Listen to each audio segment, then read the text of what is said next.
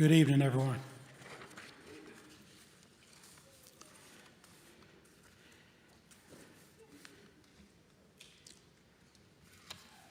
There's a saying you might hear about things that are priceless, that there's some things that are priceless in this life,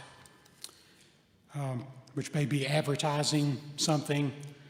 To start off, we know that the most priceless thing we have would be God's grace, His invitation to be with Him in heaven, if we'll accept it, and if we'll live the Christian life to obtain it.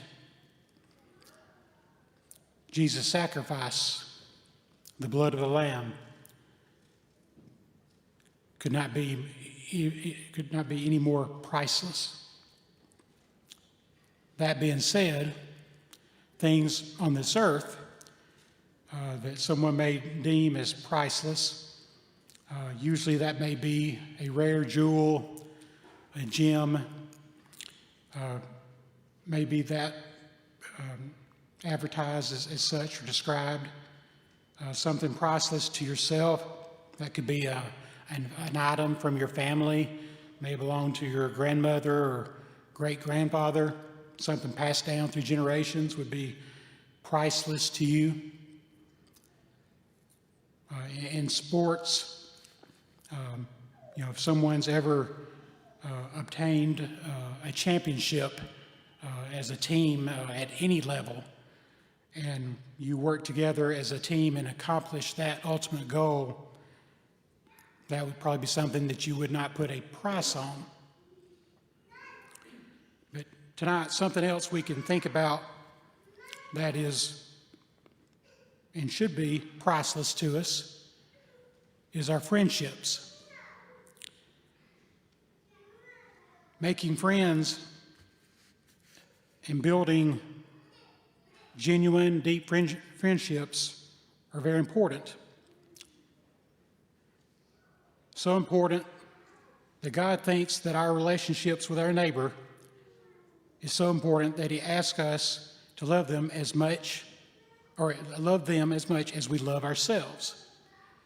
Matthew 22:39, you shall love your neighbor as yourself. Why should we make an attempt to make friends and develop those friendships? Well, the Bible tells us to do so.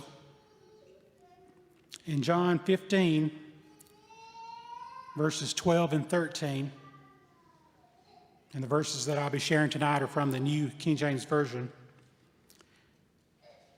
John 15, 12 and 13. This is my commandment, that you love one another as I have loved you. Greater love has no one than this, than to lay down one's life for his friends.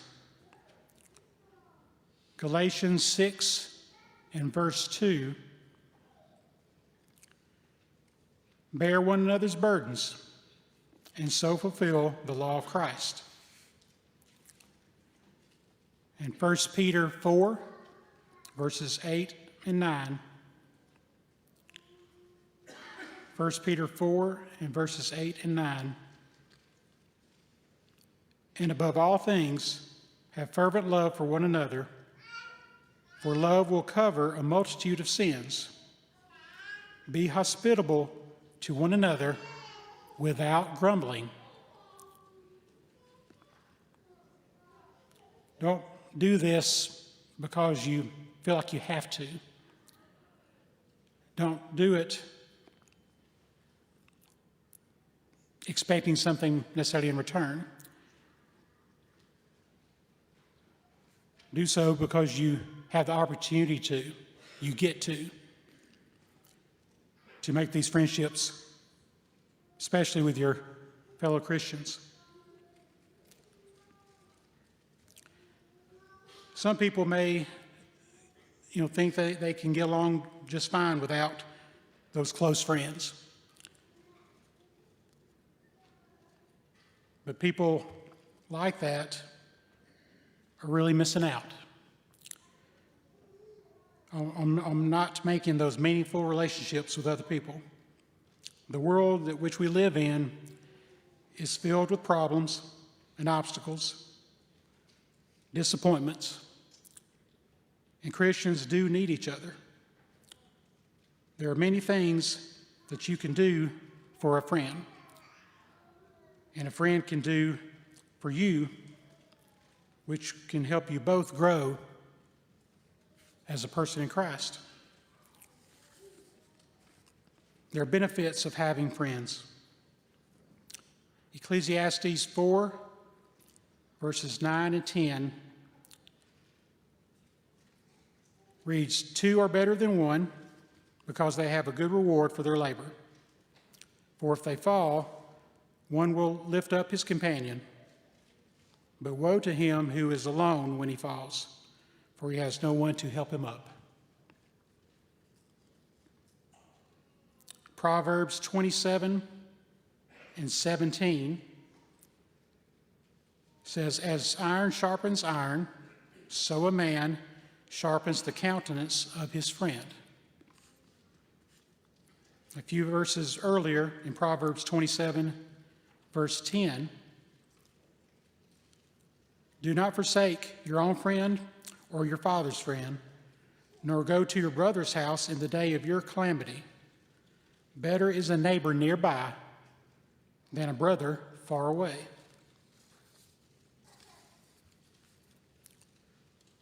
There are benefits for both sides of a friendship. Proverbs 18:24, "A man who has friends must himself be friendly, but there is a friend who sticks closer than a brother." In Psalm 133, verse 1, "Behold, how good and how pleasant it is for brethren to dwell together in unity." How sweet it is to have peace in your congregation, peace at work, peace in your home, to dwell together in unity. Now, when making friends, the Bible does give a couple things to consider. These especially when you're younger, but also hold true even when you're older. 1 Corinthians 15 and verse 33, "Do not be deceived. Evil company corrupts good habits." And back to the book of Proverbs, a couple more. Proverbs 22, verses 24 and 25. Proverbs 22, 24 and 25. "Make no friendship with an angry man, and with a furious man do not go, lest you learn his ways, and set a snare for your soul." In Proverbs 12 and 26, "The righteous should choose his friends carefully, for the way of the wicked leads them astray." Again, these words apply to us at any age. Those who you spend time with will influence you. You may not realize it for a long time, but they will have effect on your life. Now, recently, I lost a good friend. Many of us did, in Rick Schultz. Friendship requires an investment from both parties. You have to be committed to invest your time, your concern. You'll leave yourself vulnerable to possibly be hurt, especially when that friend leaves your life. That friend may accept a new job, finish his school, might move away, They may just move to another area congregation. Ultimately, they may just leave this world. But the benefits of what that friendship brought, the things you learned, those memories that stay with you, overshadows the hurt and pain that you'll feel when they're no longer with you. So let's be thankful for our friendships. Hold them dear, keep them close. You know, we're in this together, and we need each other. Some days we need all the help we can get. Now, if you don't make friends easily, we encourage you to open up and let others in. There's no shame in asking for help or asking for someone to listen, to give up a little bit of their time.